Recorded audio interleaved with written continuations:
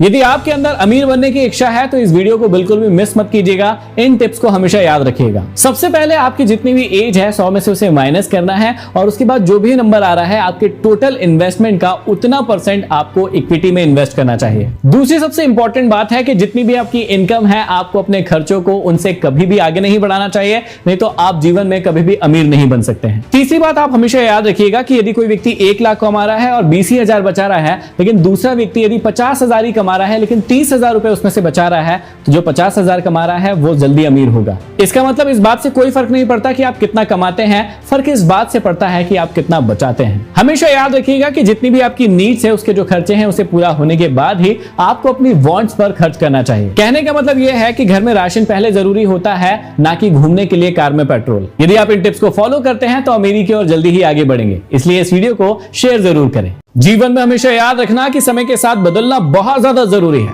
क्योंकि समय बदलना सिखाता है, रुकना नहीं। सुई जब चलती है तो अच्छी अच्छी पोशाकें बना देती है।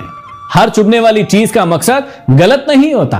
कामयाब होने के लिए मेहनत में भरोसा रखना होगा, क्योंकि किस्मत तो जुए में आजमाई जाती है। जीवन में हमेशा याद रखना कि जब लोग आपसे मुकाबला नहीं कर सकते हैं तो वो आपसे नफरत करना शुरू कर देते हैं। जिंदगी में कभी भी अपने हुनर पर बहुत ज्यादा घमंड मत करना, क्योंकि जब पत्थर पानी में जाता है तो अपने वजन से ही डूब जाता है।